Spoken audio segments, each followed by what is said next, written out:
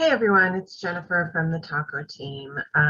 Again, with a reminder to buy your tickets for our Atheist Comedy Night this Sunday at 6 p.m. at the House of Bards.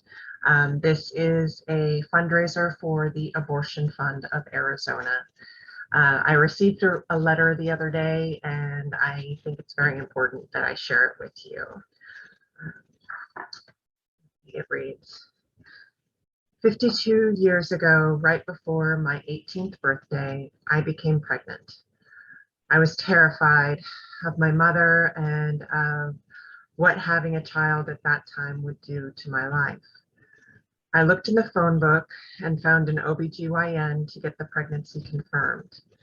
I asked the doctor about my options and was told I had none.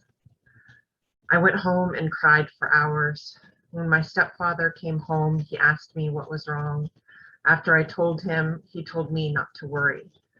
He would talk to my mother with me, and we would figure this out.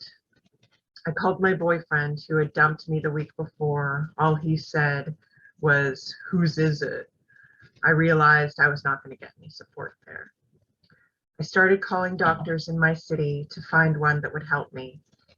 I finally found a wonderful, compassionate doctor who explained what was in store for me. My mother and I went to see him. He examined me and determined that I was about 8 weeks along.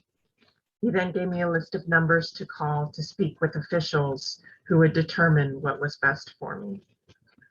I called and made an appointment for the next week to, I thought, meet with a psychologist. Instead, there were 6 people sitting at a long table. There were a couple mental health workers, a social worker, county health administrator, and 2 mystery women. I was told to sit in the one chair on the other side of the table, alone, without my mother. I was asked to tell them why I was there. This was hell, speaking of this in front of complete strangers. I finally, through tears, was able to tell them that I was pregnant and felt that I should not continue with the pregnancy. They asked me questions for what seemed like forever, but was probably around 1 hour. I got the feeling that they all disapproved of me. I was asked about the father and if I had told him about the pregnancy. I told them what he had said and told them that he had just been arrested for car theft and drug possession. Their disapproval became even more evident. I was told the interview was over and that I would be notified when they'd made their decision. I waited almost 2 weeks before I heard from them. If my boyfriend had not been arrested for drug use and possession, they would have denied me. I would have been forced to carry and deliver this baby and then decide whether to keep it or put it up for adoption. I waited for another week to have the procedure. It was painful and humiliating. I felt the disgust felt by the admission clerk and the lack of compassion from the nurse in charge. The D&C was performed in the hospital on the maternity ward, and I was put in a room to recover for a couple of hours and then sent home. At the time, I was just grateful that I had been approved for the abortion. I was sad and guilty for months.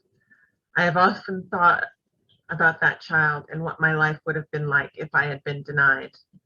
Then I get angry that the government felt that I had no right to make decisions about my own body and must depend on the whims of 6 strangers. This all happened in 1970, 3 years before Roe v. Wade decision.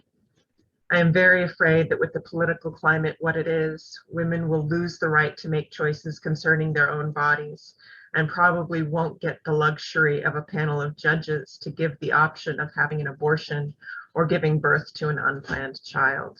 There will just be no options.